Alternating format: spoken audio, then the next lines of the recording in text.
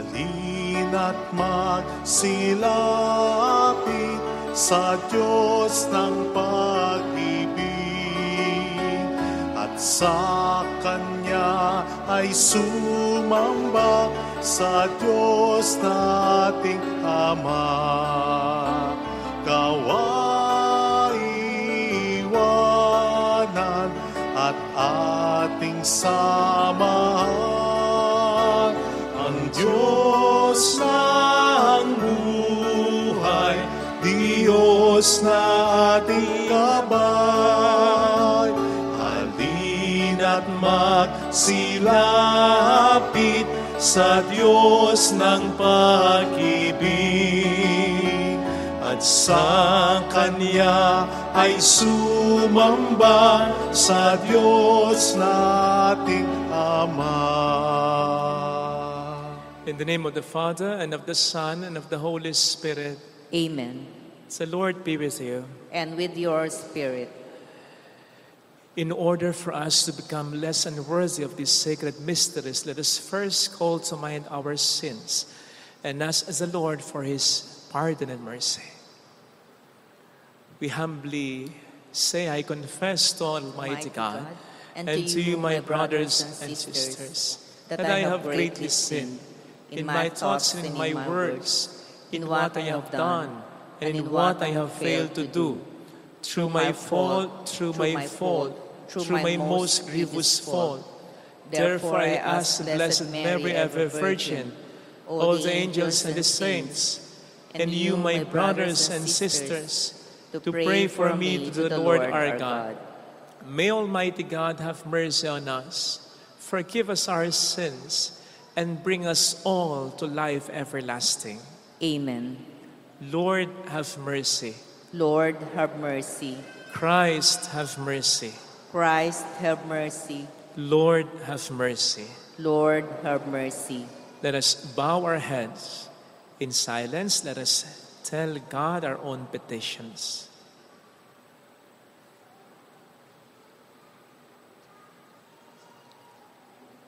Let us pray. O God, who through your word reconciled the human race to yourself in a wonderful way, grant, we pray, that with a prompt devotion and eager faith, the Christian people may hasten toward the solemn celebrations to come. Through our Lord Jesus Christ, your Son, who lives and reigns with you, in the unity of the Holy Spirit, one God, forever and ever. Amen. On the first reading, because of their sinfulness, and inhabitants of the southern kingdom of Judah were deported to Babylon, God ended the people's exile by inspiring the Persian king Cyrus to let them return to their country. A reading from the second book of Chronicles. In those days, all the princes of Judah, the priests, and the people added infidelity to infidelity, practicing all the abominations of the nations, and polluting the Lord's temple, which he had consecrated in Jerusalem. Early and often did the Lord, the God of their fathers, send his messengers to them, for he had compassion on his people and his dwelling place. But they mocked the messengers of God, despised his warnings, and scoff at his prophets, until the anger of the Lord against his people was so inflamed that there was no remedy. Their enemies burnt the house of God, tore down the walls of Jerusalem, set all its places afire, and destroyed all its precious objects. Those who escaped the sword were carried captive to Babylon, where they became servants of the king of the Chaldeans and his sons, until the kingdom of the Persians came to power. All this was to fulfill the word of the Lord spoken by Jeremiah, until the land has retrieved its lost Sabbaths. During all the time it lies waste, it shall have rest while 70 years are fulfilled. In the first year of Cyrus, king of Persia, in order to fulfill the word of the Lord spoken by Jeremiah, the Lord inspired King Cyrus of Persia to issue this proclamation throughout his kingdom, both by word of mouth and in writing. Thus says Cyrus, king of Persia, all the kingdoms of the earth, the Lord, the God of heaven, has given to me, and he has also charged me to build him a house in Jerusalem, which is in Judah. Whoever, therefore, among you belongs to any part of his people, let him go up, and may his God be with him. The word of the Lord. Thanks be to God. Let my tongue be silenced if I ever forget you. Let my tongue be silenced if I ever forget you. By the streams of Babylon we sat and wept, when we remembered Zion. On the aspens of that land we hung up our harps. Let my tongue be silenced if I ever forget you. For there our captors ask of us the lyrics of our songs, and our despoilers urge us to be joyous. Sing for us the songs of Zion. Let my tongue be silenced if I ever forget you. How could we sing a song of the Lord in a foreign land? If I forget you, Jerusalem, may my right hand be forgotten. Let my tongue be silenced if I ever forget you. May my tongue cleave to my palate, if I remember you not, if I place not Jerusalem ahead of my joy. Let my tongue be silenced if I ever forget you. On the second reading, the Apostle Paul declares that what saves us, what gives hope, is not our own efforts, but God's grace and mercy. A reading from the letter of St. Paul to the Ephesians. Brothers and sisters, God, who is rich in mercy, because of the great love he had for us, even when we were dead in our transgressions, brought us to life with Christ.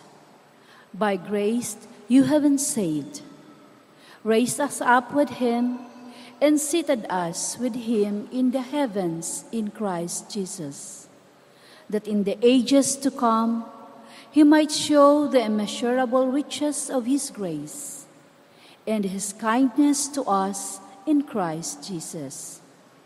For by grace you have been saved through faith, and this is not for you, it is the gift of God. It is not from works, so no one may boast.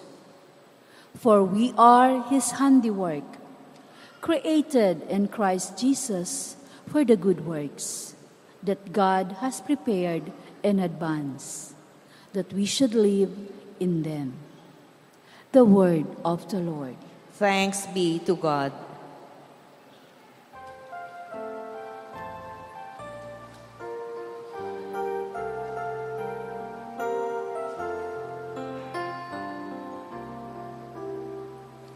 Sino mang naglilingkod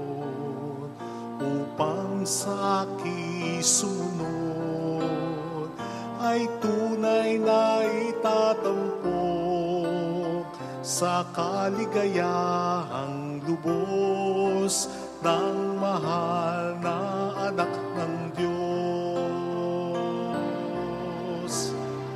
Ang sinumang naglilingkod upang sa akin sumunod ay tunay na itatampok sa kaligayahang lubos ng mahal na anak kong Diyos.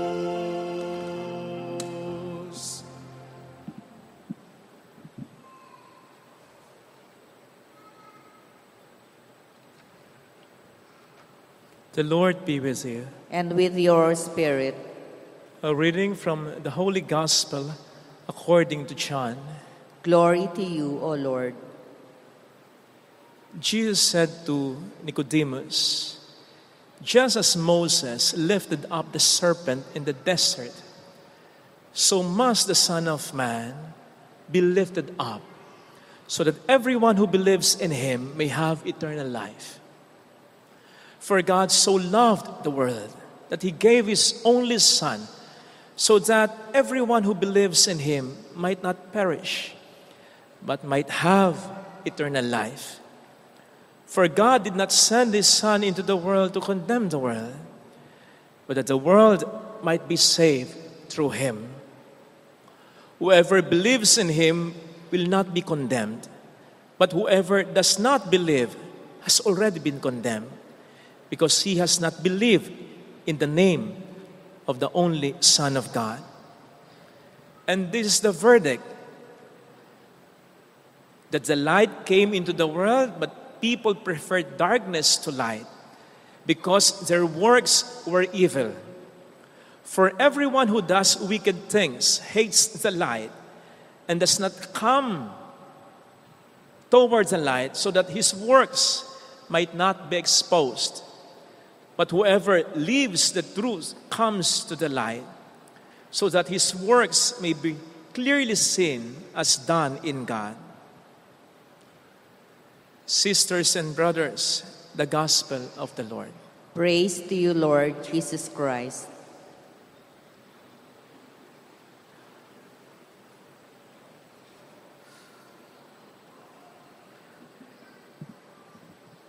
Minsan daw ay merong isang babae nagawi sa rooftop, mataas. Parang aligaga pa, parang problemado pa, habang hawak ang cellphone niya. Kaya nang makita siya ng isang pulis sa baba, ang sabi ng pulis sa kanya, Miss, huminahon ka. Lahat ng problema may solusyon. Huwag mong ituloy yung binabalak mo. Baka dito. Sumagot yung dalaga, ang OA mo. Kaya ako nandito. Naghahanap ako ng signal para sa cellphone ko. Naniniwala po ba kayo na bawat problema may solusyon? Ako, oo. Na kung minsan o madalas pa nga, yung solusyon sa problema, nandun na sa problema, nakasama na. Katulad na lang ng pinapakita sa ating mga pagbasa. Sa ating unang pagbasa ay napansin natin ang problemang naranasan ng mga taga-Juda dahil na rin sa pagiging pasaway nila. Sinakop ng iba't ibang bayan, ang kanilang bayan, sinunog pa. Ngayon, sinong mag-aakala na later on, ang gagamitin ng Diyos ay isa sa mga haring sumakop sa kanila upang ibalik ang mga nawala na mahalaga sa kanila. Problema? Nandun din yung solusyon sa problema. Sa ating ebanghelyo ay nirecall ni Kristo kay Nicodemo kung paanong nagkaroon ng matinding problema ang mga Israelita nang sila'y magreklamo sa ilang. Anong ginawa ng Diyos?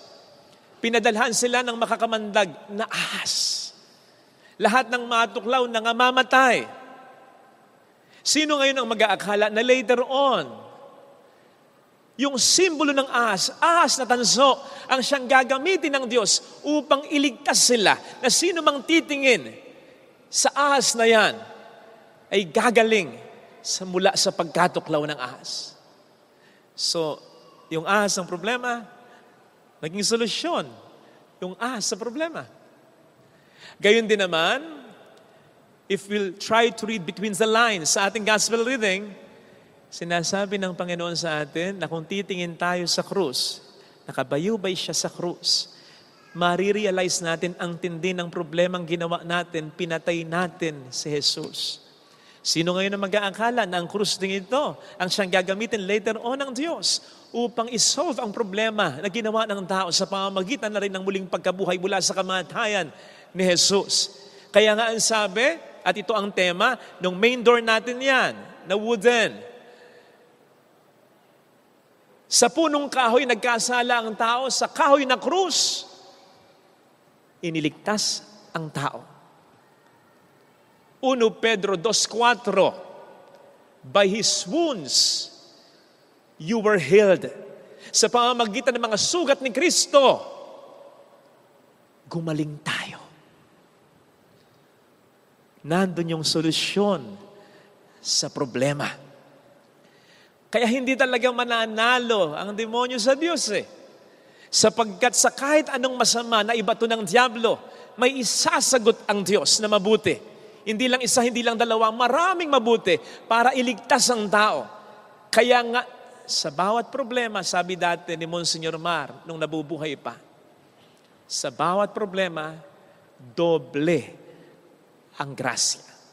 Dapat lamang tayong kumalma, kasi madalas tayo natataranta. Dapat lamang tayong kumalma upang ito'y ating makita. Solusyon sa problema, nasa problema na. Parang ganito. Hindi ko alam kung alam niyo na po ito. Sa mga nakakaalam, tumahimik na lang kayo. Huwag niyong basagin ang trip ko. Bibigyan ko kayo ng problema. Di ba ganon dati? Problem solving.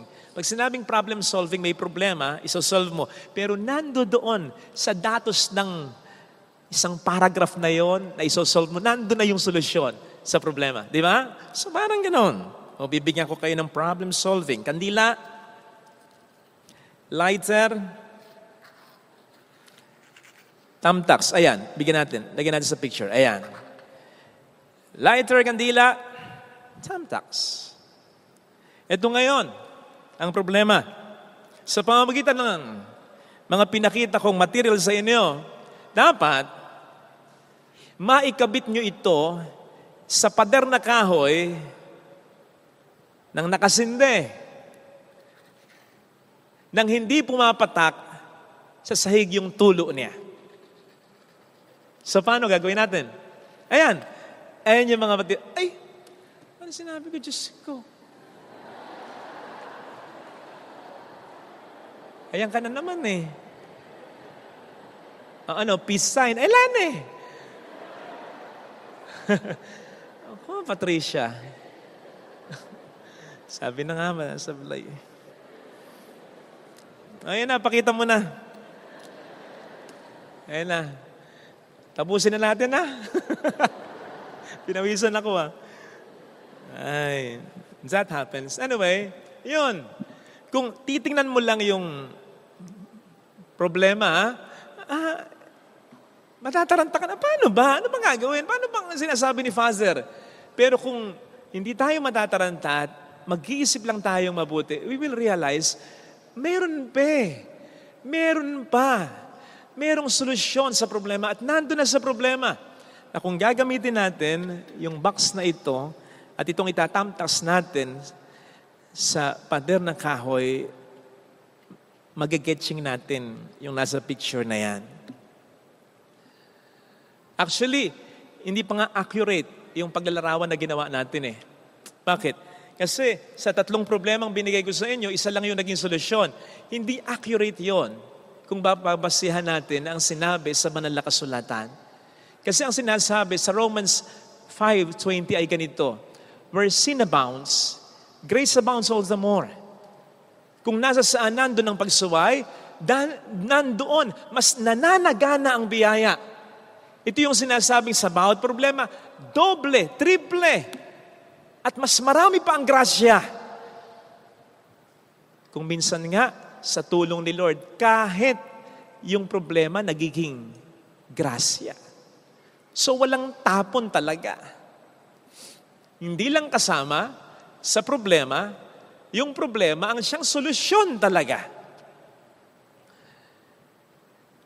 Lately in interview, si Mr. Arnold Schwarzenegger, at sinabi niya sa isang interview na ang pinakahadlang dati, pinakaproblema niya, nung siya'y nagsisimula-simula pa lang sa pagka-artista, ay yung pagkasalita niya. Kasi matindi yung German accent niya. Kasi he was born and raised in Austria. In fact, hindi lang merong acting coach siya, meron din siyang English coach, meron din siyang speech coach, at meron pa siyang accent removal coach. Yun. Para lang mawala yung accent niya. Nawala? Hindi. Hindi na kaya. Kaya nga sayang yung mga pera nga doon, binayad niya kung makukuha lang niya. But the funny thing is this, ang sabi ni Arnold sa interview, yung sinasabi ng mga geniuses ng Hollywood, ng mga directors, actors and actresses, ng mga producers, yung mga sinasabing tungkol sa pagsasalita niya, na sinasabing obstacle para sumikat siya, or at least para maging leading man siya, suddenly, sabi ni Arnold, naging asset sa kanya. Sapagkat sa hit, yung pinaka-hit niyang pelikula, yung Terminator, ang sabi ng director na si James Cameron, kung walang Arnold Schwarzenegger, walang Terminator. Walang ibang gaganap. Walang ibang pwedeng gumanap na Terminator. Si Arnold lang. Sapagkat, sabi ni James Cameron, Arnold talks like a machine. Kung magsalita si Arnold, natural na natural, parang robot talaga. So nakita niyo, nandun sa problema, ang biyaya niya, ang solusyon sa problema. Kaya siguro, di ba kapag may pinapahanap tayo, limbawa ikaw may pinapahanap ka sa anak mo, tapos puro reklamo, saan ba? Ma, hindi ko makita. Ma, dito mo ba talaga nilagay? Ang sinasabi mo, ano ba? Pwede ba? Gamitin mo ang mata mo. Wag ang bunganga mo. Di ba? Kasi ikaw na nagpapahanap sa kanya, sigurado ka na may makikita siya. Sigurado ka na kung maghahanap siya, mahahanap niya kung bakit bunganga niya ang ginagamit niya. Puro siya reklamo. Ba? I'd like to think na ganun din ang Diyos. Naririndi siya kapag tayo nagre-reklamo. Bilang background, yun ang naging dahilan kung bakit niya pinadalan ng ahas na makamandag ang mga Israelites sa puro reklamo. Ba't mo kami dinala sa disyerto para patay na lang dito? Sawa na kami sa mana. Gusto namin sa Ehipto. Doon na lang kami sa Ehipto. Masarap ang kinakain namin doon eh. Hindi pa ba kami makapupunta sa promised land, sa lupang pangako na yan? Ay, narindi ang Diyos. Pinadalan sila ng mga makamandag na ahas. Ay, hindi natutuwa ang Diyos kapag nagre-reklamo tayo. Lord, ano ba naman? Tagal namang mag-sermon ni Father. Lord, hanggang ngayon di ako magaling. Ayan na naman, may nararamdaman na ako. Lord, ano pa naman? Di na ako sinuwerte sa love life. 40 na ako. Lord, bakit hindi na naman maganda yung takbo ng negosyo? Ano ba naman? O sige, kung ikaw ba matutuwa ka, maririndi ka. Lalong-lalo na kung may ginagawa ka. Kung may ginagawa kang paraan. Kung may nakikita kang solusyon. Palagay ko, yun din ang gustong sabihin ng Diyos sa atin kapag nagre-reklamo tayo. Huwag mong gamitin ang bunganga mo. Pero hindi rin niya sasabihin, gamitin mo ang mata mo. Hindi. Manapang sasabihin niya sa atin yung sa 2 Corinthians 5:7, walk by faith and not by sight. Kasi kapag ginamit natin ang ating mga mata, baka mas lalo tayo magreklamo. Alam pang resulta, bakit ganito pa rin? O, di ba? Walk by faith. May ginagawa siya. May solution siya. You may run out of solutions, pero ang Panginoon, He will never run out of solutions. Laging may solusyon. Kung yung kamatayan nga yun ang pinakikita sa atin ng mahal na araw din Pinakamatinding problema, kamatayan, nasolusyonan ng Diyos. Nagawa niya ng paraan. Yun ang pinakakapangyarihan ng Diablo Kumbaga nag-supersaya na ang Diablo. Lahat na ng kapangyarihan, lahat na ng pwersa, 100% niya. Binigay na niya kay Kristo, kaya namatay si Kristo. Kaya niya. Patayin wala na tapos na yung problema niya. On the third day, He rose again. And the devil was like, patay. Hindi ko na ito mapapatay. Pinatay ko na nabuhay Kung yung pinakamatinding problema nagawa ng paraan ng Diyos, anong hindi niya kakayanin gawa ng paraan? Sige nga. Kung yung pinakamatinding problema nagawa ng solusyon ng Panginoon, anong solusyon ang mawawala sa Kanya? Walk by faith and not by sight. Huwag yung magreklamo. Sa halip, kapag tayo dumudulog sa Panginoon, sige, umiyak. Pero wag tayo magreklamo. Sige, dumaing. Pero at the end of the day, sabi, Lord, naniniwala ako sa iyo. Kakayanin ko ito sa tulong mo. Hindi ko man makita ang solusyon. Alam kong may ginagawa kang paraan o aking Panginoon.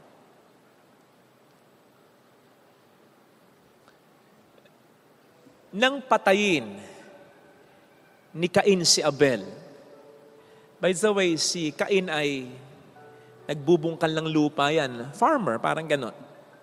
Kaya nga sinama niya ang kanyang kapatid na si Abel sa bukid na kanyang sinasaka at doon niya pinatay ang kapatid niya.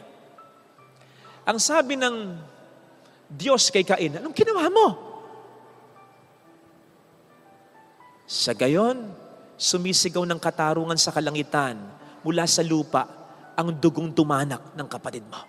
Dahil diyan sinusumpa kita. Wala ka nang matitirhan dito. Lalagalag ka na lang sa mundo. Wala ka nang magiging sariling lupa dito. Hindi ka na pwedeng magbungkal. Hindi ka na pwedeng magtanim. Kahit magtanim ka, wala kang anihin. Yun ang sabi ng Diyos kay Cain. Dahil sa pagpatay kay Abel. Alam po ninyo, analogy lang Hindi naman eksakto, pero di ba parang ganito rin yung nangyari more than 2,000 years ago? Kasi before ni Kristo, matagal lang sinasaka ng Diablo ang mundo May mga inani na nga siya dito Nang dumating si Kristo, pinatay ng demonyo si Kristo. At ang dugo ng Diyos, tandaan natin ang dugo ng Diyos, tumanak sa mundong ito. Kaya naging banal ang mundo. At dahil doon, hindi na ito naging teritoryo pa kailanman mula noon ng demonyo. Kaya nga, the devil is just like a roaring lion, lurking, paglalagala na lang. Wala siyang headquarters dito. Wala rin siyang itatanim na tutubo dito. Wala. Sapagat ito'y natigmak na ng dugo ni Kristo. May tanim siya, hindi siya haani. Ang nagtatanim dito, ang Diyos, sa maniwala tayo o sa hindi. Hindi aani ang Diablo, hindi tutubo ang tanim ng Diablo unless diligan mo, unless alagaan mo. Alagaan mo ng pagiging pasaway mo, ng kawalan ng pananampalataya mo, ng pagrereklamo, baka sakaling tumubo sa buhay mo. Yung takot, yung inggit, yung hinanakit, kapag inalagaan mo, huwag mong alagaan, mas makikita mo ang maraming solusyon sa problema. Mas maraming solusyon, mas maraming biyaya. In fact, ikaw mismo, solusyon na. In fact, ikaw mismo, biyaya na. Biyaya ka sa iyong pamilya. Ano man ang nararanasan nyo ngayong problema, nauunahan lamang tayo ng takot at lungkot talaga. Kaya, hindi na tayo makakita ng solusyon eh. Pinagdududahan pa natin ang presensya ng ating Panginoon. Come on. Matiis kaya tayo ng Diyos? Ikaw nga, limbawa na lang din ako. Kahit gaano ako ka-busy, well, pag busy ako. Pag may magandang okasyon sa bahay, birthday ng nanay ko, birthday ng tatay ko, kapag very busy talaga ako, hindi ako umuwi. Very busy. I mean, kahit minsan lang yun, marami kasing ginagawa.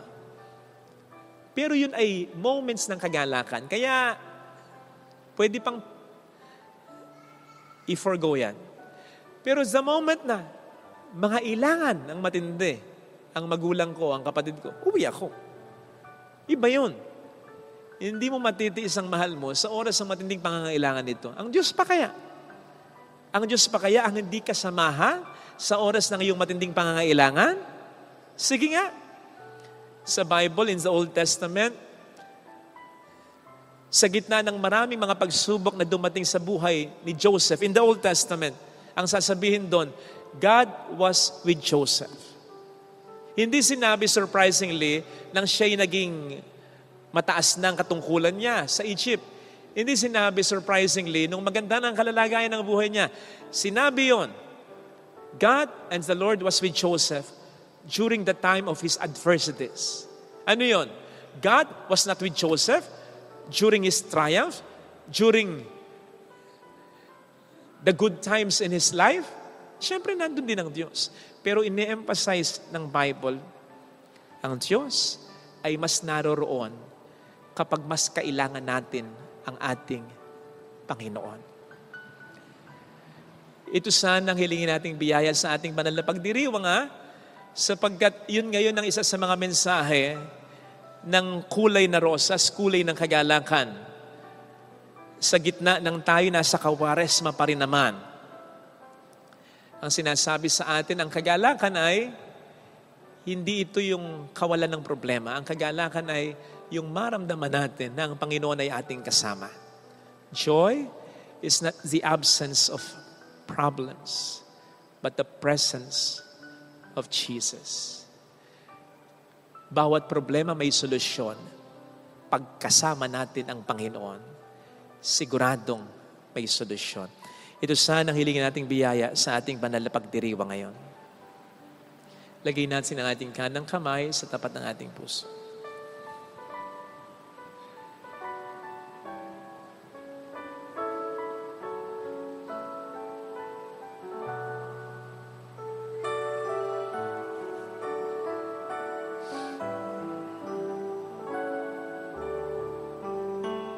Alam kong may magagawa ang Diyos. Alam kong may magagawa ang Diyos. Alam kong may magagawa ang Diyos. Alam kong may magagawa ang Diyos. Kung ako'y magtatapat, Kung ako'y magtatapat, sa Kanya'y maglilingkod. sa Kanya'y maglilingkod, Alam kong may magagawa ang Diyos. may magagawa ang Diyos. Alam kong diringhin ng Diyos ang samo Alam kong diringgin ng Diyos sapagkat mahal niya. ang samo ko. Alam kong diringhin ng Diyos ang samo Alam kong diringgin ng Diyos ang samo ko. kung ako'y magtatapat.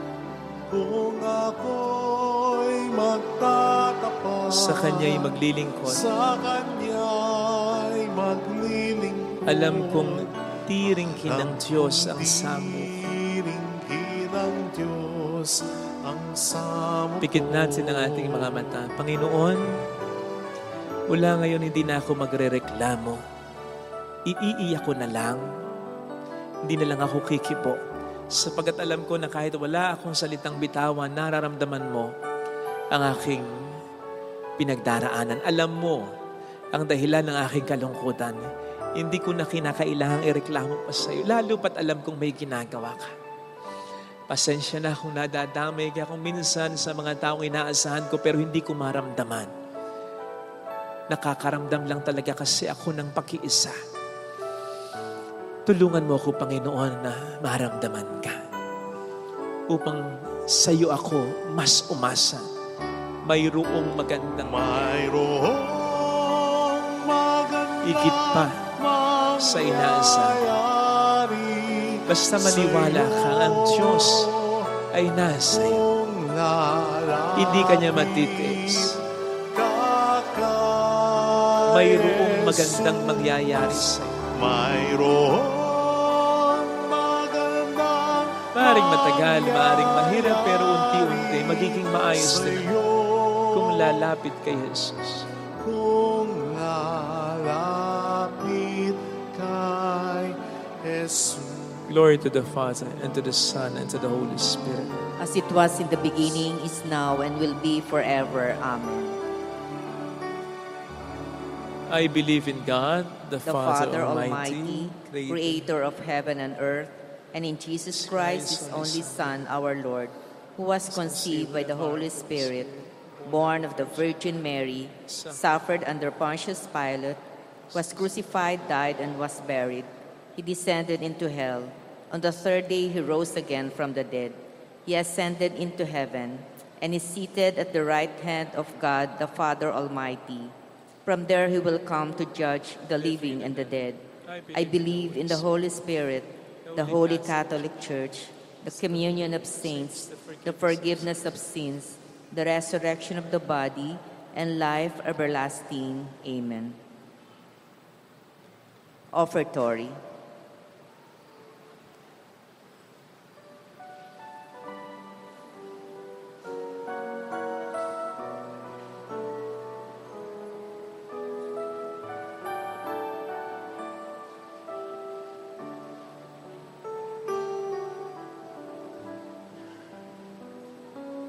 Sa iyo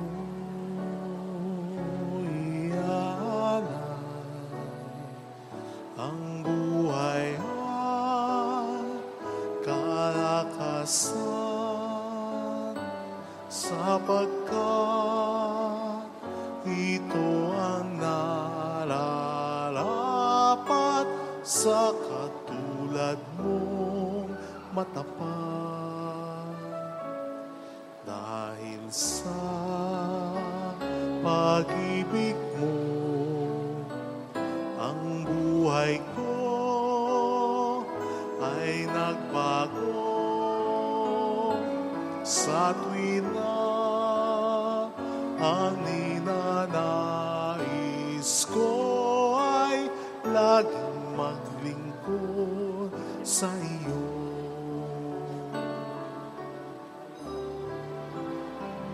Sumasamba, sumasamo, naghahandog sa ngalan mo,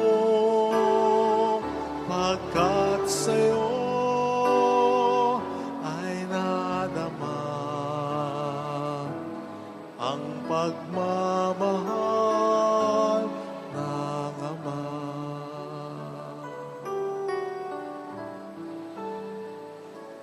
Sa iyong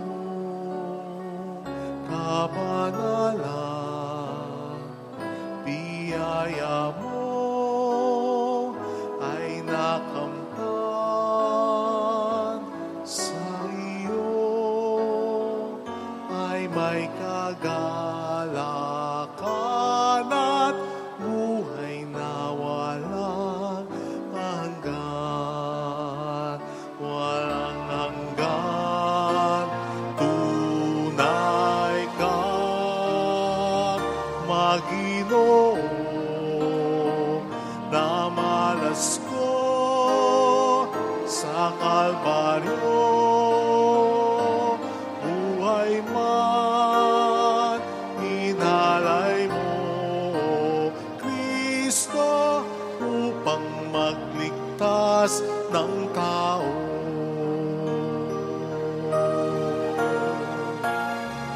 Sumasamba, sumasamba,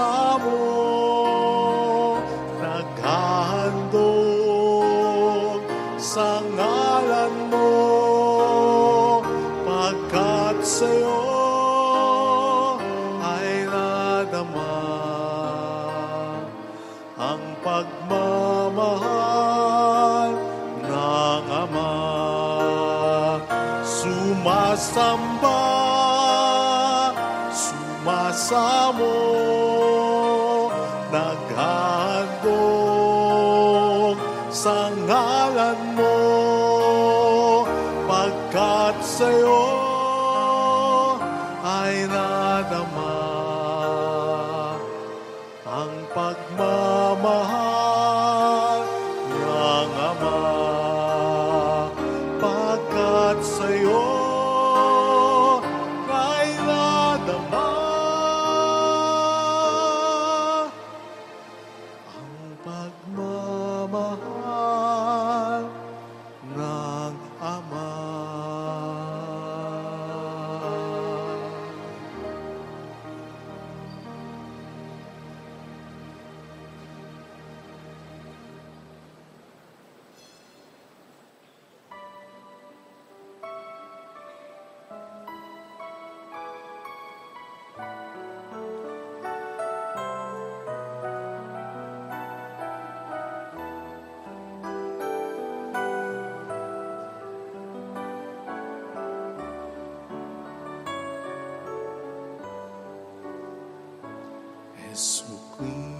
Jesucristo na naglingkod sa taong mahal, buong puso ang sarili mo'y inialay. Aking buhay pagpalait bihagin upang iyong alipin, manatili sa pag-ibig mo, Panginoon. Munting ang handog ko sa iyo, sa tingin mo halaga'y higit sa ginto, pagkat Diyos ko tangi mong ihanap, sa pag-ibig magiging tapat ang puso ko. Pagkat Diyos ko tangi mong hinahanap, sa pag-ibig magiging tapat ang puso ko. Pray, sisters and brothers, that our sacrifice may become acceptable to God, the loving Father. May the Lord accept the sacrifice at your hands for the praise and glory of his name, for our good and the good of all his holy church. We place before you with joy these offerings which bring eternal remedy, O Lord, praying that we may both faithfully revere them and present them to you as is fitting for the salvation of all the world, through Christ our Lord. Amen. The Lord be with you. And with your spirit, Lift up your hearts. we lift them up to the Let Lord. us give thanks to the Lord our God. It is right and just. It is truly right and just, our duty and our salvation always and everywhere to give you thanks, Lord, Holy Father, Almighty and eternal God, for you have given your children a sacred time for the renewing and purifying of their hearts, that freed from disordered affections, they may so deal with the things of this passing world as to hold rather to the things that eternally endure. And so with all the angels and saints we praise you, as without end we acclaim. Holy, holy, holy Lord God of God of hosts, hosts, heaven and heaven earth are full of your glory. Hosanna in the highest.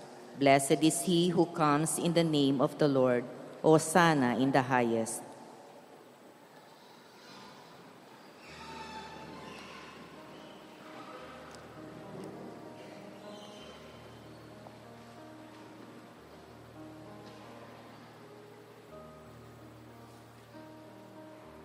You are indeed holy, O Lord, the fount of all holiness.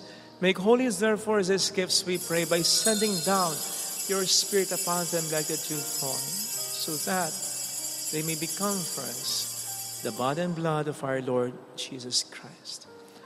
At the time he was betrayed and entered willingly into his passion, he took bread, giving thanks, broke it, gave it to his disciples, saying, "Take this, all of you, and eat of it, for this is my body, which will be given up for you."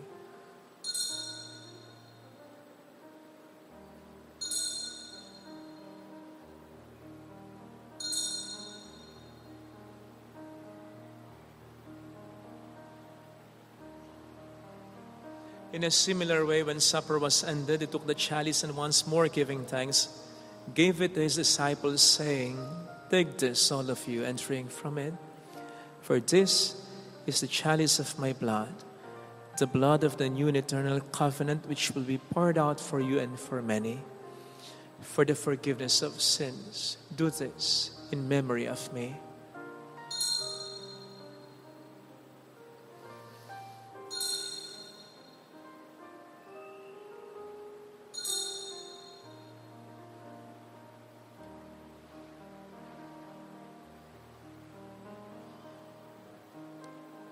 Let us proclaim the mystery of our faith. We proclaim your death, O Lord, and profess your resurrection until you come again. Therefore, as we celebrate the memorial of his death and resurrection, we offer you, Lord, the bread of life and the chalice of salvation, giving thanks that you have held us worthy to be in your presence and minister to you. Humbly we pray that partaking of the body and blood of Christ, we may be gathered into one by the Holy Spirit. Remember, Lord, your church is spread throughout the world, and bring her to the fullness of charity, together with Francis, our Pope, Dennis, our Bishop, and all the clergy. Remember also our brothers and sisters who have fallen asleep in the hope of the resurrection, especially those for whom we will now pray. Let us bow our heads in silence. We remember our departed loved ones.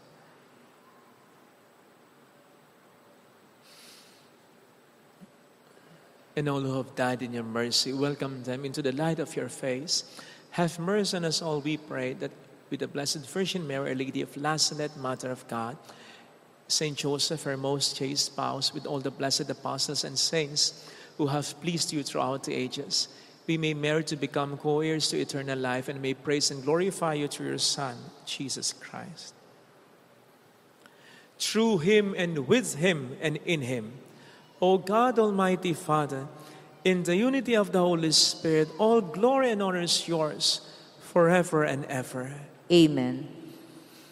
Jesus taught us to call God our Father, and so we have the courage to say,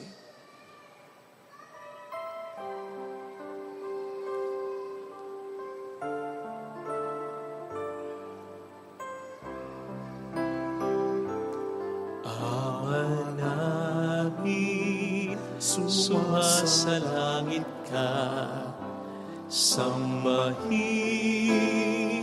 ang ngalan mo, mapasa amin ang kaharian mo, sundin ang loob mo dito sa lupa para na sa langit. Bigyan mo kami ngayon ng aming kakanin sa araw-araw, at patawarin mo kami sa aming mga sala, para ng pagpapatawad namin sa nagkakasala sa amin, at huwag mo kami ipahintulot sa tukso, at iadya mo kami sa lahat ng masama.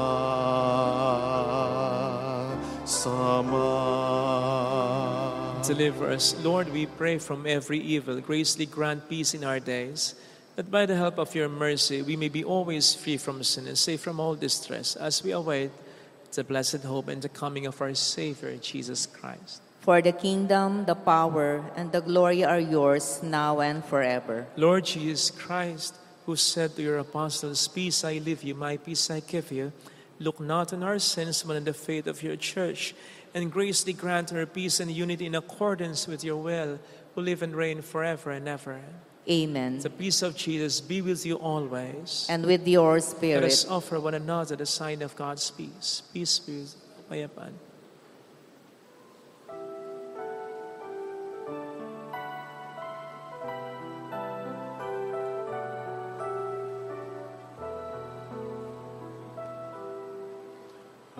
Cordero ng Diyos na nag-alis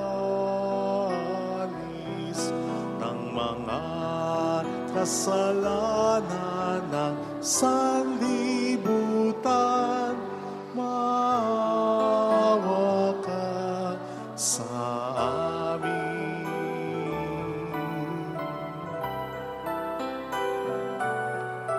Cordero ng Diyos na nag-alis ng mga kasalanan ng sanlibutan, maawa ka sa amin.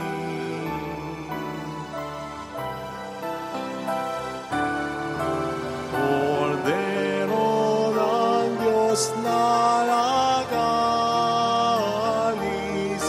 ng mga kasalanan ng sanlibutan, ipagkaloob mo sa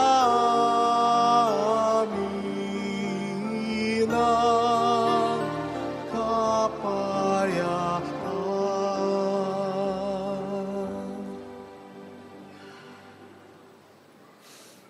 Behold Jesus, the Lamb of God who takes away the sins of the world.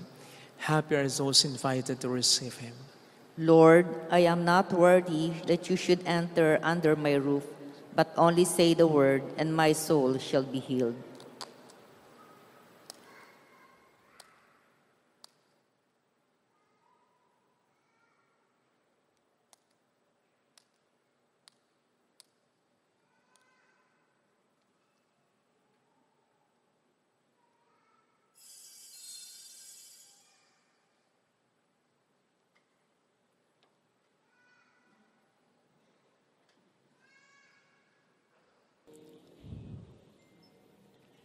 An act of spiritual communion. My Jesus, I believe that you are present in the most holy sacrament.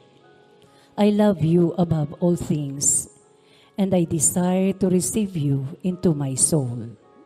Since I cannot at this moment receive you sacramentally, come at least spiritually into my heart.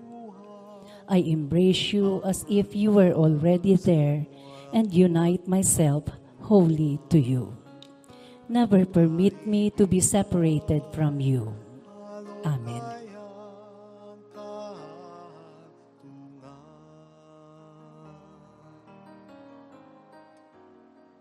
Ngunit salamat, tayo'y natagpuan, binigyan niya ng kalayaan.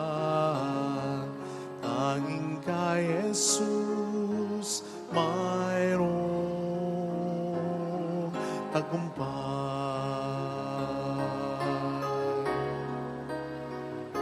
Siyang ating patnubay, siyang ating gabay, siya sa ating nagbigay buhay.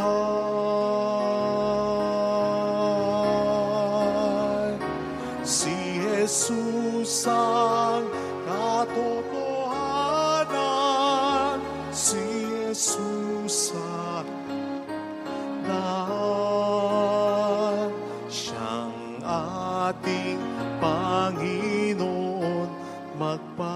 magpakailan pa man.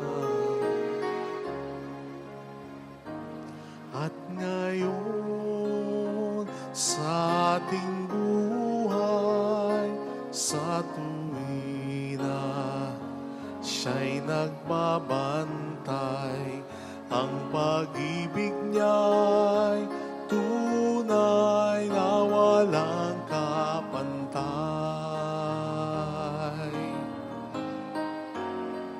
Hinding-hindi na tayo mangangamba, si Jesus laging kasama. Siya ay atin at tayo'y sa Kanya.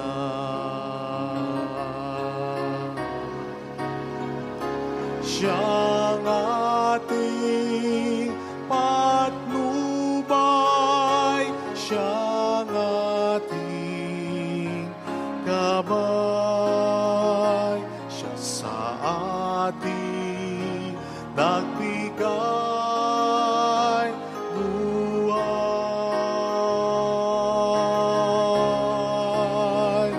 Si Jesus ang katotohanan, si Jesus ang lahat. Siyang ating Panginoon, magpakailan pa man. Siyang ating patnubay, siyang ating gabay, siya sa ating nagbigay buhay.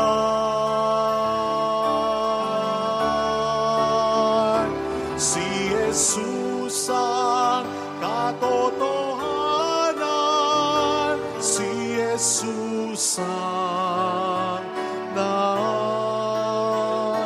Siyang ating Panginoon, magpakailan pa man.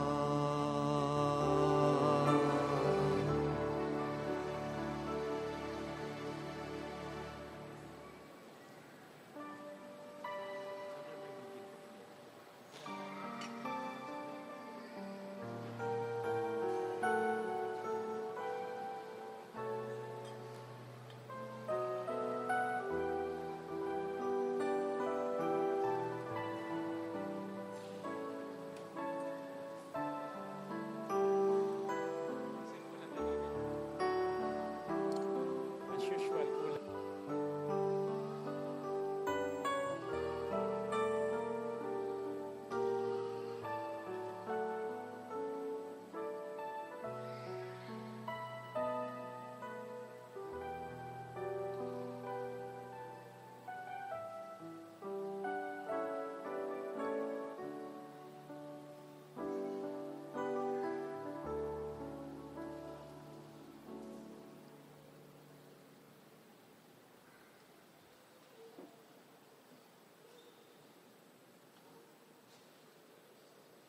let us pray. O God, who enlightens everyone who comes into this world, illuminate our hearts, we pray, with the splendor of your grace, that we may always ponder what is worthy and pleasing to your majesty, and love you in all sincerity through Christ our Lord. Amen. Holy God, Holy Mighty One, Holy Immortal One, Have mercy on us and on the whole world. Holy God, Holy Mighty One, Holy Immortal One, Have mercy on us and on the whole world. Holy God, Holy Mighty One, Holy Immortal One, Have mercy on us and on the whole world. Jesus, King of Mercy, We trust in you. alalahanin, Alalahanin, o mahal na Birhen ng Lasalet, ina ng pag-asa. Ikaw ang nagpaalala sa aming magbalik loob sa Ama. Ito ang nagpapatunay ng kagandahang loob mo'y na natiling busilak. Sa pag-aaruga mo sa amin, tungkulin mo'y tinupad. Sa paanan ni Kristo'y tinuring mo kaming mga tunay mong anak. Kaya ninais mong ni Isay wag mapahamak. maging sa iyong walang tigil na pananalangin, pati luhay pumatak. Huwag namang mawala ng saysay ang iyong paghihirap. Hiling nawa namin sa iyo, o aming inang liyag, na matapos ang pakikibaka namin sa mundong ito at sa pananatili naming tapat kay Kristo, sa kapurihan mo'y makibahagi kaming ganap, upang kung nasaan ka ngayon ay maparoon din kaming lahat, at ang kaganapan ng kalwalatian ng Diyos Amay tuluyang matupad. Siya nawa. Mahal na pira ng Lasalet, nagkapagkasundo ng mga makasalanan. Ipanalangin mong walang patid kaming mga dumudulog sa iyo. Maraming salamat po sa pagtangkilik nyo sa ating souvenir shop, gayon din sa mga nag-aalay ng alkansya. Maraming salamat po sa mga pagtangkilik sa Three Nails and a Crown. We invite you na mag-avail po tayo ng mga products na ito, lalo na ngayong magmamahal na araw. Maganda pong pang-forma at magandang pang-simba. Maraming salamat po sa suporta, gayon din sa pag-share ng ating mga live masses and videos. Malaking tulong po ang lahat ng ito para sa patuloy nating pagpapaganda at mga paggawain pa sa simbahan. Maraming salamat po. Wala muna pong papalakpak ha, pagkatapos ng final blessing. The Lord be with you. And with your spirit. And may God bless us, our loved ones, in the name of the Father, and of the Son, and of the Holy Spirit. Amen. Go in peace. Thanks be to God.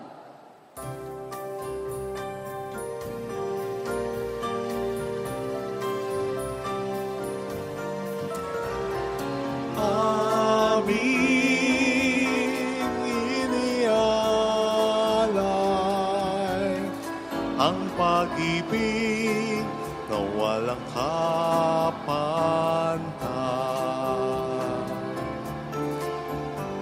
O Birhen ng Lasalet, salamat sa pag-ibig. Ang bayan sa iyong bisig, napalusog na mulaklak na numbalik. O Birhen, Birheng mahal, sa awit at sa dasal, aming inialay ang pag-ibig na walang kapantay. O kay sarap mabuhay kung may nagmamahal, pagmamahal na tunay at laging dalisay. Ang Birhen kong umibig ay walang sintamis, pagsintang sa kalinis, sa iyo hanggang langit. O Birhen, Birheng mahal, sa awit at sa dasal, aming inialay ang pag-ibig na walang kapantay.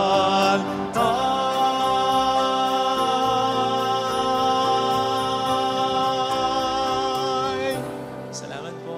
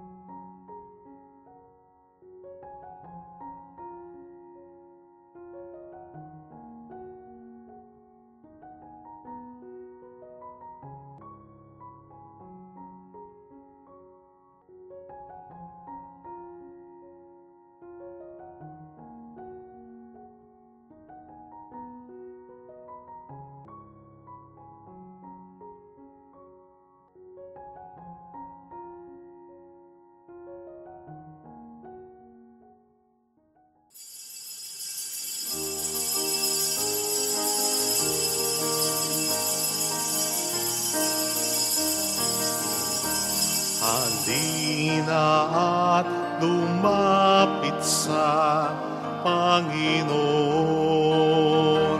Halina at lumapit sa ating Diyos, na may lalang sa ating lahat, na nagbigay ng buhay sa atin, na may lalang sa ating lahat, na nagbigay ng buhay sa atin.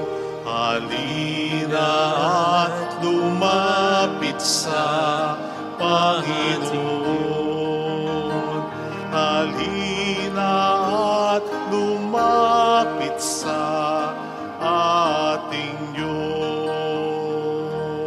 Sa ngalan ng Ama at ng Anak at ng Espiritu Santo, Amen. sumainyo ang Panginoon. At sumaiyo rin. Upang tayo maging marapat sa banal na misang ito, halina't magsisimuna sa ating mga kasalanan at humingi sa Diyos ng awa at kapatawaran. Tayo pong lahat, inaamin ko sa makapangyarihang Diyos at sa inyo mga kapatid, na lubha akong nagkasala sa isip, sa salita, sa gawa, at sa aking pagkukulang. Kaya sinasamo ko sa mahal na Birheng Maria, sa lahat ng mga anghel at mga banal, at sa inyo mga kapatid, na ako'y ipanalangin sa Panginoong ating Diyos. Kaawaan tayo na mapagmahal na Diyos, patawarin sa ating mga sala, at patnubayan hanggang sa buhay na walang hanggan. Amen. Panginoon, kaawaan mo kami. Panginoon, kaawaan mo kami. Kristo, kaawaan mo kami. Kristo, kaawaan mo kami. Panginoon, kaawaan mo kami. Panginoon, kaawaan mo kami. Iyuko natin ang ating ulo, bulong sa Panginoon ang ating intensyon. Pakisama po ang mga tumutulong sa ating simbahan, gayon din ang mga may sakit, ang mga nag-aalaga sa kanila, ang mga kababayan natin sa ibang bansa na nagtatrabaho para sa kanilang pamilya. Manalangin tayo. Ama naming makapangyarihan, dumudulog kami sa iyong pagkamahal upang kaming nagsisipag bagong buhay at gumagawa ng kabutihan ay mamalaging wagas sa pagsunod sa iyong mga utos at ang pagkabuhay ng aming manunubos ay maipagtibang naming mataos. Sa pamamagitan niya, kasama ng Espiritu Santo, magpasa walang hanggan. Amen. Ang salita ng Diyos mula sa aklat ng Eksodo. Noong mga araw na iyon, sinabi ng Panginoon kay Moises, "Balikan mo ngayon din ang mga Israelitang inialis mo sa Ehipto. Naroon at nagpapakasama. Tinalikdan nila agad ang mga utos ko. Gumawa sila ng guyang ginto. Iyon ang sinasamba nila ngayon. At hinahandugan. Ang sabi nila, iyan ang Diyos na nag-alis sa kanila sa Ehipto. Kilala ko ang mga taong iyan at alam kong matigas ang kanilang ulo. Kung gusto mo, lilipulin ko sila at sa iyo ko pagmumulain ang isang malaking bansa." Nagsumamo si Moises sa Panginoon, Huwag ninyong lipulin ang mga taong inilis ninyo sa Ehipto sa pamamagitan ng inyong kapangyarihan. Kapag nilipol ninyo sila, masasabi ng mga Ehipsyo na ang mga Israelita ay inialis ninyo sa Ehipto upang lipulin sa kabundukan. Huwag na po kayong magalit sa kanila at huwag ninyong ituloy ang inyong balak laban sa kanila. Alalahanin ninyo ang mga lingkod ninyong sina Abraham, Isaac, at Jacob. Ipinangako sa kanila na ang lahi nila ay pararamihin tulad ng bituin sa langit at magiging kanila habang panahon. Ang lupain ipinangako ninyo. Hindi na nga itinuloy ng Panginoon ang balak na paglipol sa mga Israelita. Ang salita ng Diyos. Salamat sa Diyos. Panginoon, masintahin ang bayan ko'y gunitain. Panginoong masintahin ang bayan mo'y gunitain. Sa may bundok ng Horeb, doon ay naghugis ninyong gintong baka. Matapos mahugis, ang ginawa nila'y kanilang sinamba. Ang dakilang Diyos ipinagpalit sa Diyos na nilikha, sa Diyos na baka na ang kanakain ay damong sariwa. Panginoong masintahin, ang bayan mo'y gunitain. Kanilang nilimot ang Panginoong Diyos, ang tagapagligtas, na yaong ginawa doon sa Ehipto'y kagilagilalas. Sa lupaing iyon, ang ginawa niya ay tunay na himala. Sa dagat na tambo, yaong nasaksihan ay kahanga-hanga. Panginoong masintahin, ang bayan mo'y gunitain. Ang pasya ng Diyos sa ginawa nila'y lipulin pagdaka. Agad na dumulog sa puon si Moises na magitan siya. At hindi natuloy yaong kapasyahan na lipulin sila. Panginoong masintahin, ang bayan mo'y gunitain.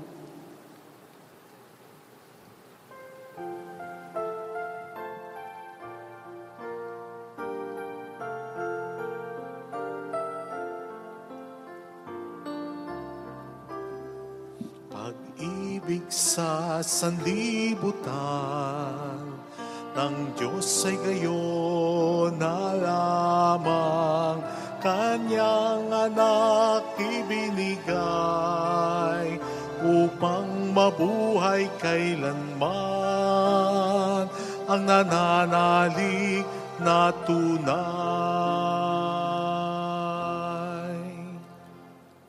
Sumainyo ang Panginoon. At sumaiyo rin. Ang mabuting balita ng Panginoon ayon kay San Juan. Papuri sa iyo, Panginoon. Noong panahong iyon, sinabi ni Jesus sa mga Hudyo, "Kung ako lamang ang nagpapatotoo tungkol sa aking sarili, huwag niyong tanggapin. Ngunit may ibang nagpapatotoo tungkol sa akin, at totoo ang kanyang sinasabi. Nagpasugo kayo kay Juan at nagpatotoo siya tungkol sa katotohanan. Hindi sa kailangan ko ang patotoo ng tao, sinasabi ko lamang ito para maligtas kayo. Si Juan ay parang maningas na ilaw na nagliliwanag noon at kayo sandaling nasiyahan sa kanyang liwanag. Ngunit may patotoo tungkol sa akin na higit sa patotoo ni Juan. Ang mga gawang pinagagawa sa akin ng Ama at siya ko namang ginaganap, yan ang nagpapatotoo na ako'y sinugo niya. At ang Amang nagsugo sa akin ay nagpapatotoo rin tungkol sa akin. Kailan may hindi nyo narinig ang kanyang tinig at nakita ang kanyang anyo. Walang pitak sa inyong puso ang kanyang salita, sapagkat hindi kayo nananalig sa akin na sinugo niya. Sinasaliksik ninyo ang mga kasulatan sa paniwalang doon ninyo matatagpuan ang buhay na walang hanggan. Ang mga ito ang nagpapatotoo tungkol sa akin. Ngunit ayaw naman ninyong lumapit sa akin upang kayo magkaroon ng buhay. Hindi ako naghahangad ng parangal ng mga tao.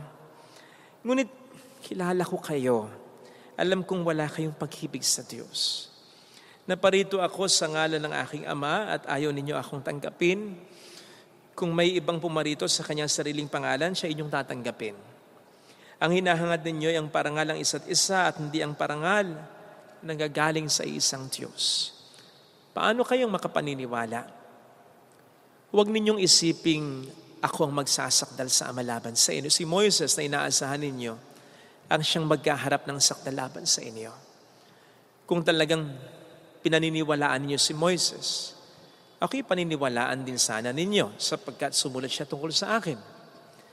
Ngunit kung hindi nyo pinaniniwalaan ang mga sulat niya, paano nyong paniniwalaan ang mga sinasabi ko?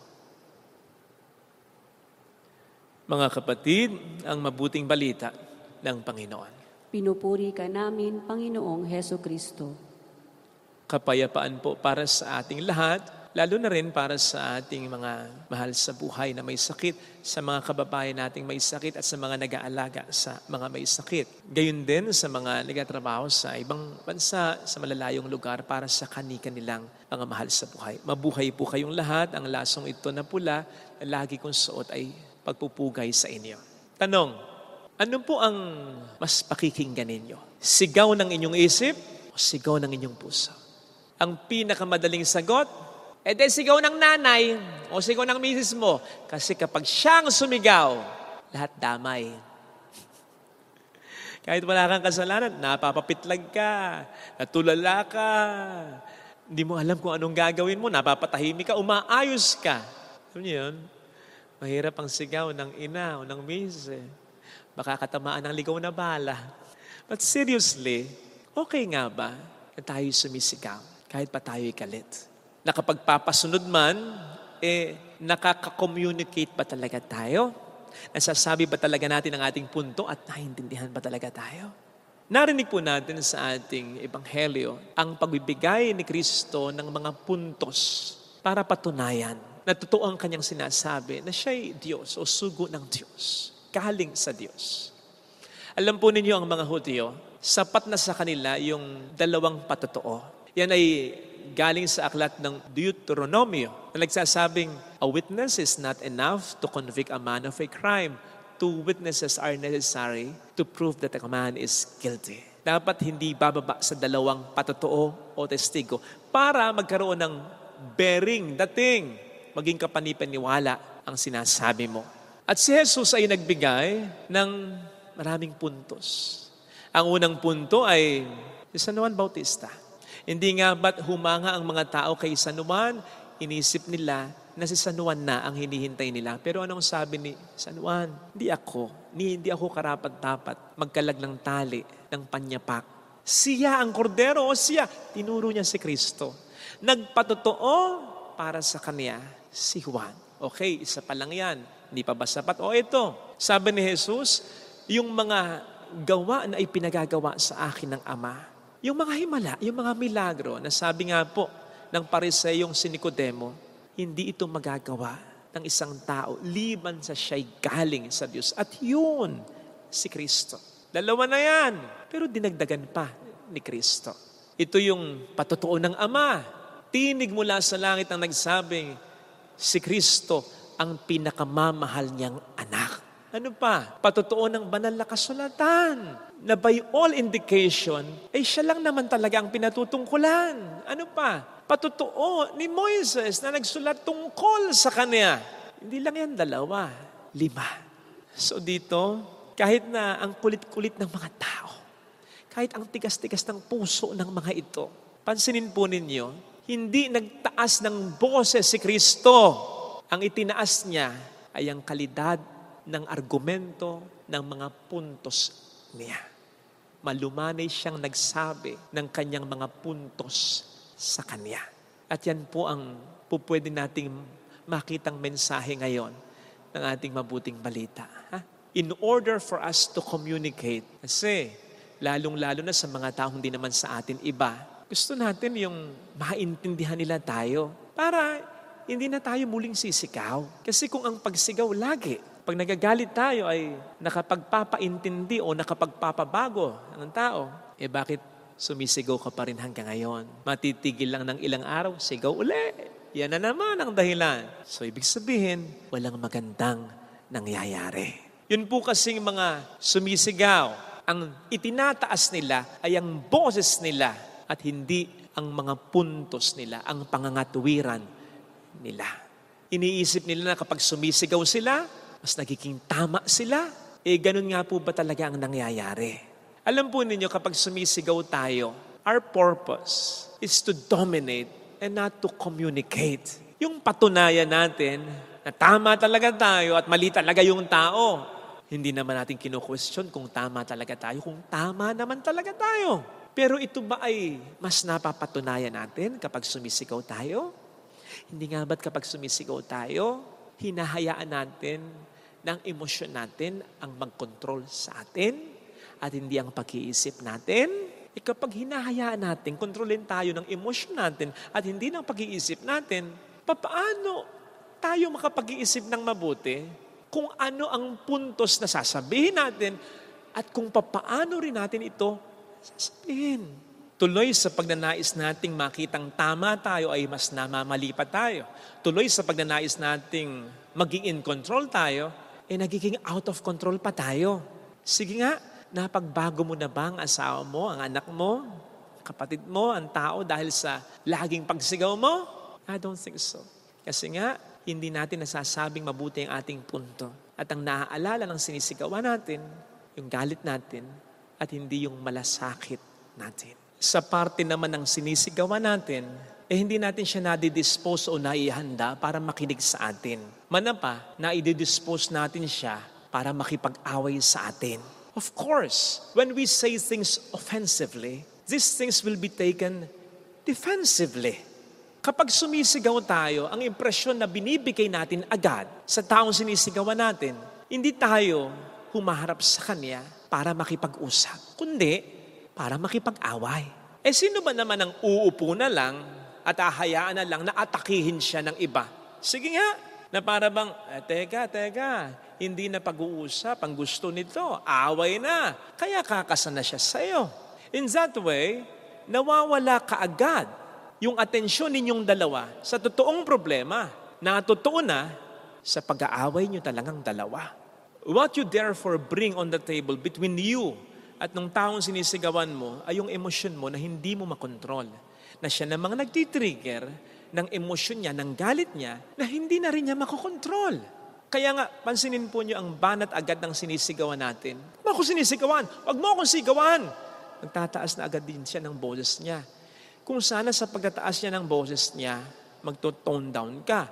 Marirealize mo, mali na sumigaw ka at sasabihin mong, o nga sorry huhupa na ako bababaan ko ng, hindi mo gagawin yun kasubuan na yun kasi ang gagawin mo na talaga, i-dominate siya at hindi naman siya pa do-dominate na sa'yo.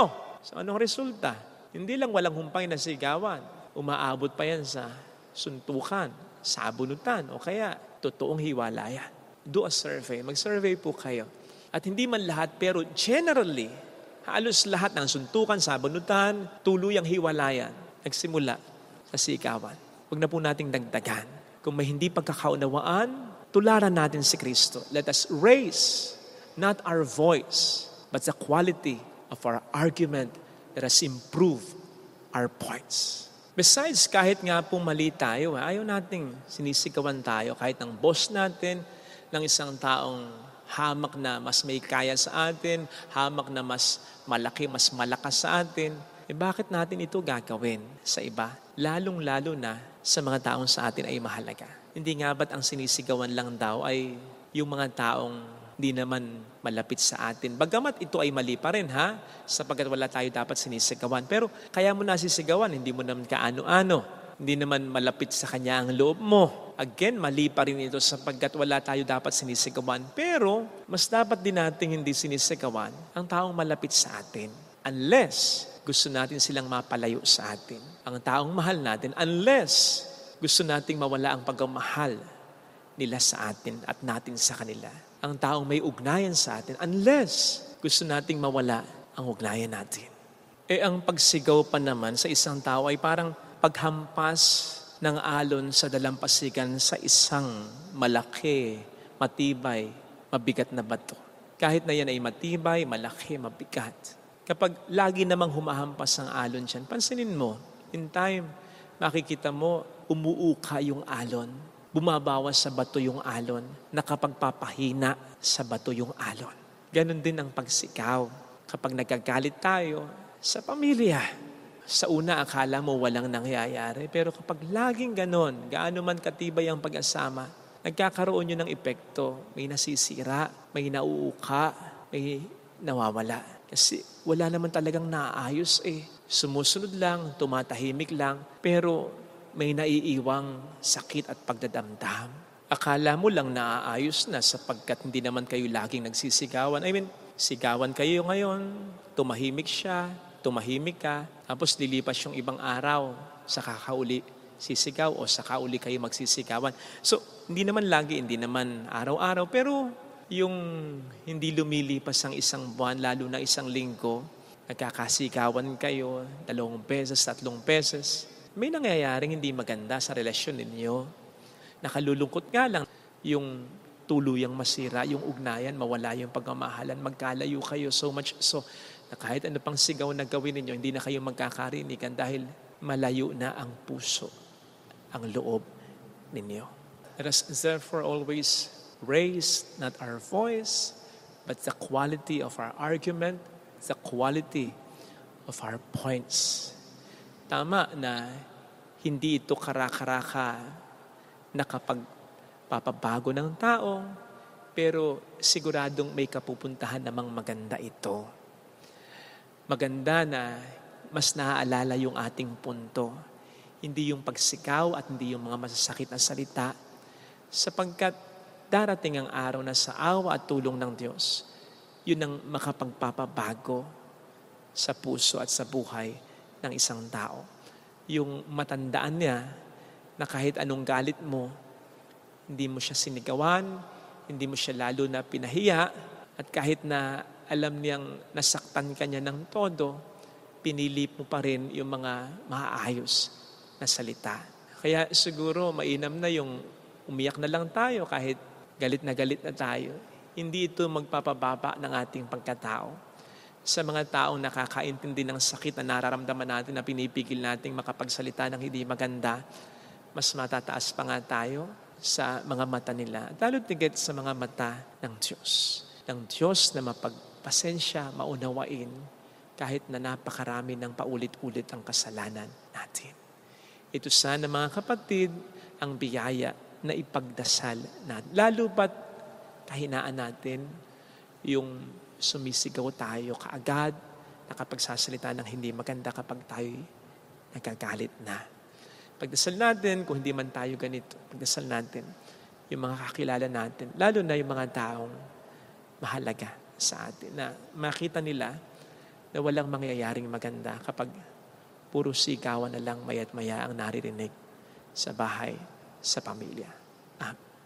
Lagay natin ang ating kanang kamay sa tapat ng ating puso.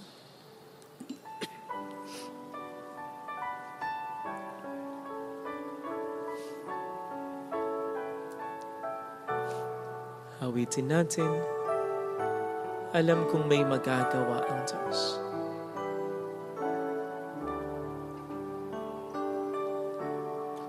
Alam kong may magagawa ang Diyos. Ang Diyos. Alam kong may magagawa ang Diyos. Alam kong may magagawa. Walang imposible sa Kanya. Ang Diyos. Kung ako'y magtatapat, kung ako'y magtatapat, sa Kanya'y maglilingkod, sa Kanya'y maglilingkod, alam kong may magagawa ang Diyos. Alam kong may magagawa ang Diyos. Alam kong diringhin ng Diyos ang samo ko. Alam kong Sapagkat mahal niya. diringhin ng Diyos ang samo ko. Alam kong diringhin ng Diyos ang samo ko. Alam kong diringhin ng Diyos Sapagkat anak ang niya. samo ko. Kung ako'y magtatapat, Kung ako'y magtatapat, sa Kanya'y maglilingkod, sa Kanya'y maglilingkod, alam kong diringhin ng Diyos ang samo ko. diringhin ng Diyos Pikit natin ang ating mga mata. Panginoon, tulungan mo kami na huwag sumigaw kapag nagagalit kami. Sumigaw man kami, walang masama sanang salita ang marinig sa amin.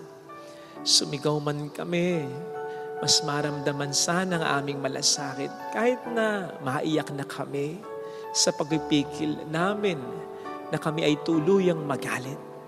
Tulungan mo kaming makapag-isip kahit nagagalit na kami. Ayaw naming makapagsalita ng mga bagay na pagsisihan namin, ng mga bagay na makasasakit ng mga minamahal namin, ng kapwa-tao namin, ng mga bagay na po pwedeng hindi maghilom sa kalooban ng kapwa namin. Mayroong Magandang mangyayari kung lalapit ka kay Jesus. Maaring matagal, maaring mahirap ang proseso, pero may magandang mangyayari. Yun ang pinakamahalaga kahit tayo maghintay pa. Mayroong Kesa naman madaliin natin, pero hindi naman nagkaintindihan. At may mga nasugatan, may mga ugnayan na naperwisyo, na sakripisyo. Huwag sanang ganito. Papuri sa Ama at sa Anak sa Espiritu Santo. Kapara ng sa unang-una, ngayon at magpakailanman, magpasa walang hanggan. Amen. Pag-aalay.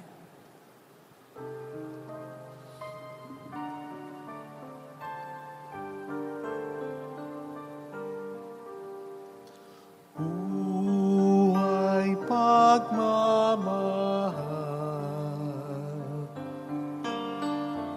alak at tinapay, sana'y tanggapin mo, Amang mapagmahal,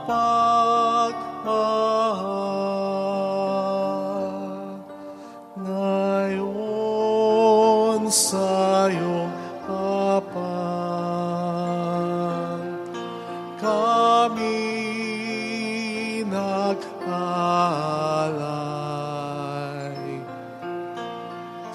Alak at tinapay,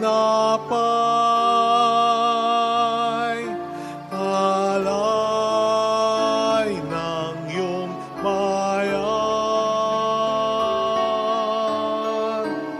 Buhay pagmamahal, alak at tinapay, sana'y tanggapin mo, Amang mapagmahal.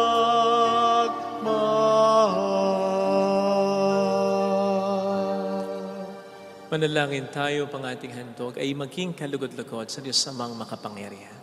Tanggapin nawa ng Panginoon itong paghahain sa iyong mga kamay, sa kapurihan niya at karangalan, sa ating kapakinabangan at sa buong sambayanan niyang banal. Ama naming lumikha, sa aming paghahain ng mga alay na ito, kami naway dalisayin sa aming kahinaan at patibayin nawa sa iyong kakayanan sa pamamagitan ni Jesucristo.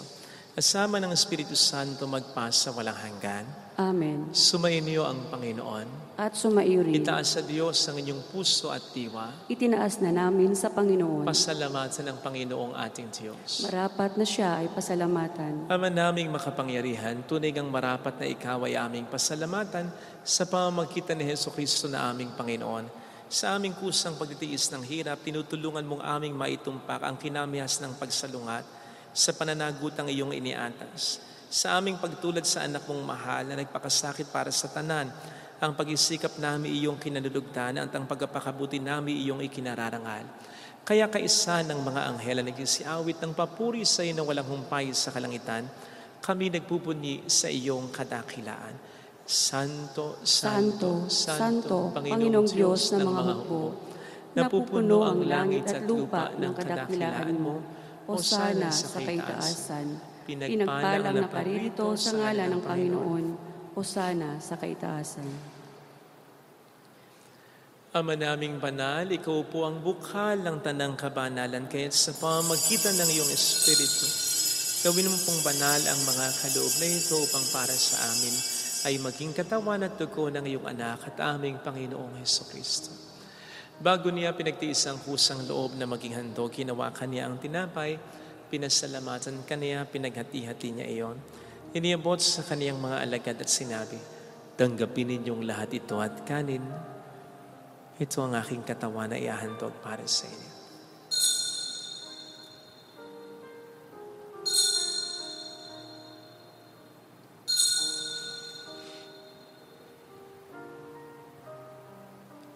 Gayun din naman ang matapos ang hapunan, ninawakan niya ang kalis.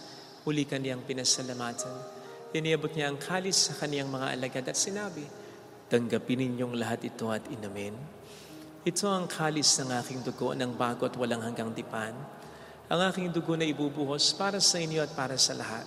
Sa ikapagkapatawad ng mga kasalanan, gawin niyo ito sa pag-alala sa akin.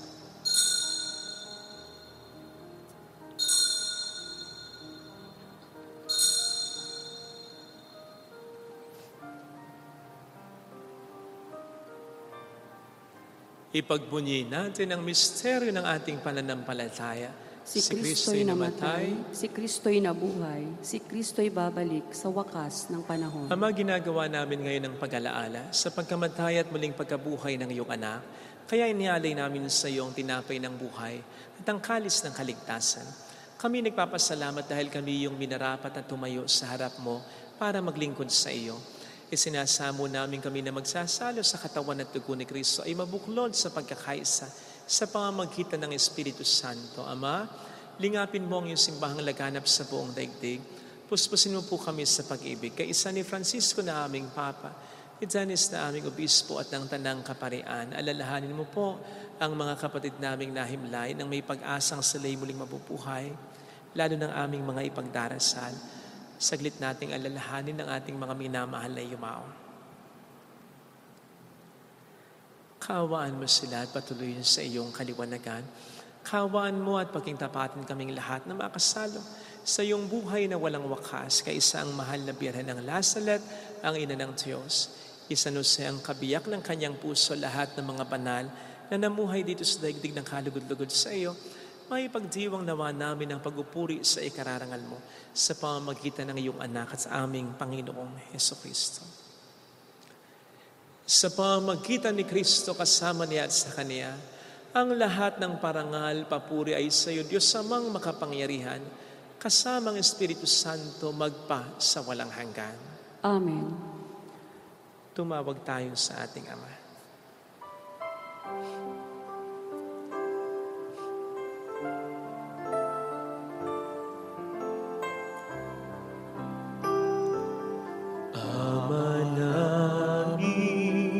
Sumasalangit ka, sambahin ang ngalan mo, mapasa amin ang kaharian mo, sundin ang loob mo, dito sa lupa para ng sa langit. Bigyan mo kami ngayon ng aming kakanin sa araw-araw at patawarin mo kami sa aming mga sala para ng pagpapatawad namin sa nagkakasala sa amin, at huwag mo kaming ipahintulot sa tukso at ihadya mo kami sa lahat ng masama.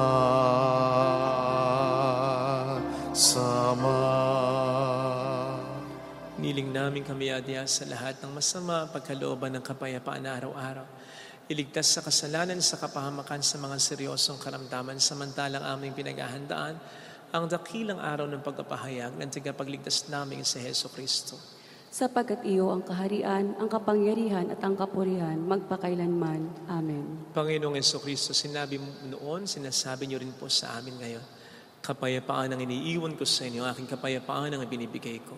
Tuhayin mo ang aming pananampalataya, wag ang aming pagkakasala. Pagkalooban mo kami ng kapayapaan at pagkakaisa ayon sa iyong kalooban. Kasama ang Espiritu Santo magpa sa walang hanggan. Amen. Ang kapayapaan ng Panginoon ay sumainyo nawang lahat. At sumaiyo rin. Magbigayan tayo ng kapayapaan sa isa't isa. Peace be sa kapayapaan. Kordero ng Diyos na nag-aalis ng mga kasalanan ng sanlibutan, maawa ka sa amin. Kordero ng Diyos na nag-aalis ng mga kasalanan ng sanlibutan, maawa ka sa amin. Kordero ng Diyos na nag-aalis ng mga kasalanan ng sanlibutan, ipagkaloob mo sa amin ang kapayapaan.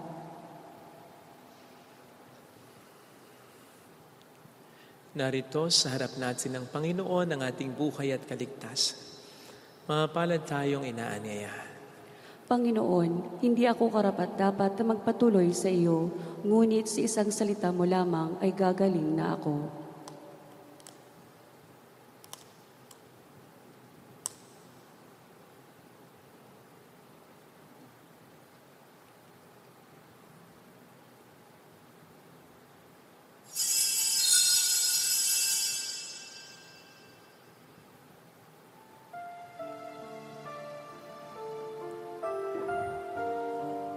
Panalangin para sa espiritual na pakikinabang. Panginoong Hesus, ako ay naniniwala na ikaw ay nasa kabanal-banalang sakramento. Iniibig kita ng higit sa lahat at ninanasa kong tanggapin ka sa aking kaluluwa. Sapagkat sa mga sandaling ito, hindi kita matatanggap sa sakramento. Tumuloy ka sa espiritu sa aking puso. Niyayakap kita na parabang naririto ka na. Inaalay ko ng buong buo ang aking sarili sa iyo. Huwag mong hayaang mawalay ako sa iyo. Amen.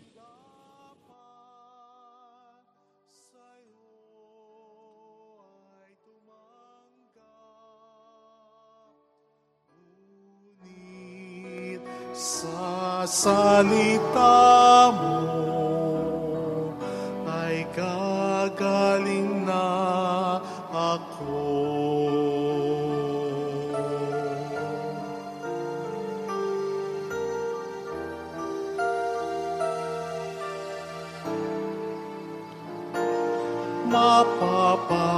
Mapapalad ang napis, ang Diyos ang siyang aliw. Ligaya at liwanag ang siyang makakamtan. Jesus, ako'y di dapat sa'yo ay tumanggap. Ngunit sa salita mo ay gagaling na ako. Jesus, ako'y di dapat sa'yo ay tumanggap. Ngunit sa salita mo ay gagaling na ako.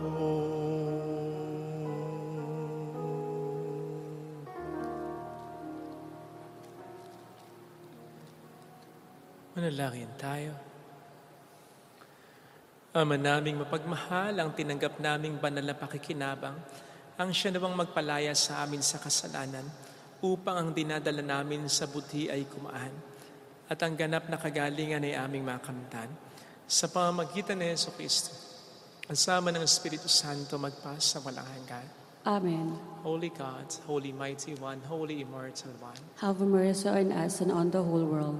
Holy God, Holy Mighty One, Holy Immortal One. Have mercy on us and on the whole world. Holy God, Holy Mighty One, Holy Immortal One. Have mercy on us and on the whole world. Jesus, King of Mercy. We trust in you. Alalahanin, Alalahanin o mahal na Birhen ng Lazaret, ina ng pag-asa, ikaw ang nagpaalala sa aming magbalik loob sa Ama. Ito ang nagpapatunay na ang kagandahang loob mo'y nanatiling busilak. Sa pag-aaruga mo sa amin, tungkulin mo'y tinupad. Sa paanan ni Kristo'y itinuring mo kaming mga tunay mong anak. Kaya ninais mong ni Isay huwag mapahamak. Maging sa iyong walang tigil na pananalangin, pati luhay pumatak. Huwag namang mawala ng saysay ang iyong paghihirap. Hiling nawa namin sa iyo, o aming inang liyag, na matapos ang pakikibaka namin sa mundong ito, at sa pananatili naming tapat kay Kristo, sa kapurihan mo'y makibahagi kaming ganap, upang kung nasaan ka ngayon, ay maparoon din kaming lahat, at ang kaganapan ng kaluwalhatian ng Diyos Amay tuluyang matupad, siya nawa. Mahal na Birhen ng Lasalet ay kapagkasundo ng mga makasalanan. Ipanalangin mong walang patid kaming mga dumudulog sa iyo. Marami pong salamat sa suporta ninyo, sa souvenir shop, sa mga nag-aali ng alkansya, sa pagtangkilik sa mga produkto ng Signalist ng Crown. Mayroon pong bagong t-shirt na darating for Holy Week and for Easter. Marami pong salamat. At sa patuloy nating pag-subscribe, pag-share ng ating mga videos, reflections. Lahat po ng ito ay nakatutulong para sa patuloy nating pagpapaganda ng simbahan. Marami pong salamat. At pagtulong din sa ibang parokya, sa mga nangangailangan. Salamat. Sumayin niyo ang Panginoon. At sumaiyo rin. Pagpalain kayo kasama ang ating pamilya na mapagmahal na Diyos. Ng Ama at ng Anak at ng Espiritu Santo. Amen. Umayo tayo sa kapayapaan ni Kristo. Salamat sa Diyos.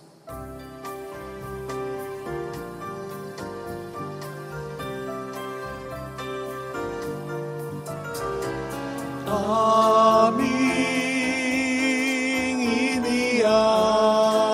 inialay ang pag-ibig na walang kapantay. O kay sarap mabuhay kung may nagmamahal, pagmamahal na tunay at laging dalisay. Ang meron kong umibig ay walang sitamis, pagsintang sak na linis sa iyo hanggang langit. O Birhen, Birheng mahal, sa awit at sa dasal